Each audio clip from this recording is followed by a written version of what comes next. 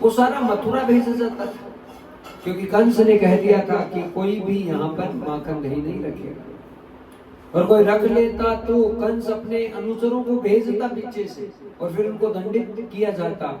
जितना दही माखन का वो मथुरा भेजता। पर जब ठाकुर जी ने ऐलान कर दिया कि मथुरा में दही माखन कोई नहीं लेकर जाएगा, हाँ, आपको जो जरूरत है वो सब चीजें नंद बाबा के यहाँ से मिलेगी, पर आपको दही का दान करना पड़ेगा। मतलब मथुरा कोई जा भी था तो ऐसा समझ लीजिए कि बीच में टोल टैक्स लगता था, और ठाकुर जी टोल टैक्स लेते थे। रास्ते से कोई जाएगा, हाँ, तो पहले दान देकर जाओ, मतलब कर चुका के जाओ, फिर उसके बाद में आगे निकल सकते हैं। ऐसे नहीं जाने देते महाराज।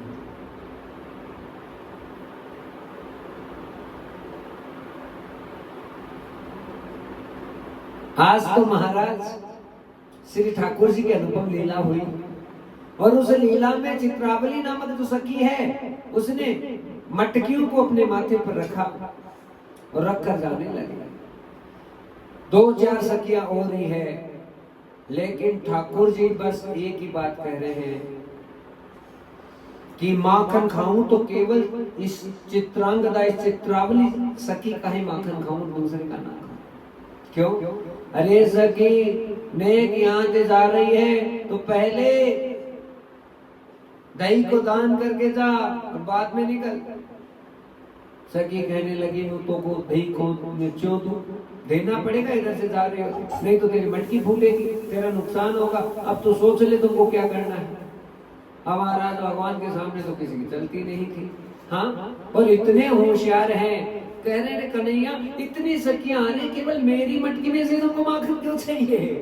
तो भगवान कहते थे पैरी वारी को दही पतरो है, और पिछली वारी को दही वासो है, और बीच वारी को दही एकदम बढ़िया बढ़िया है। वो सखी कहने लगी कि तोको कैसे पत्तों की पहले वाली को बासो, वो जो है कि पत्रो पत्रो दही है, पीछे वाली को बासो दही, और मेरे वाले में ताजा दही है। अरे सखी तोको का पतो, हीरे की पहचान तो जोहरी करनो जाने हैं, और किसी की हिम्मत नहीं, सामर्थ्यता नहीं कि इस बात को जाने कि किस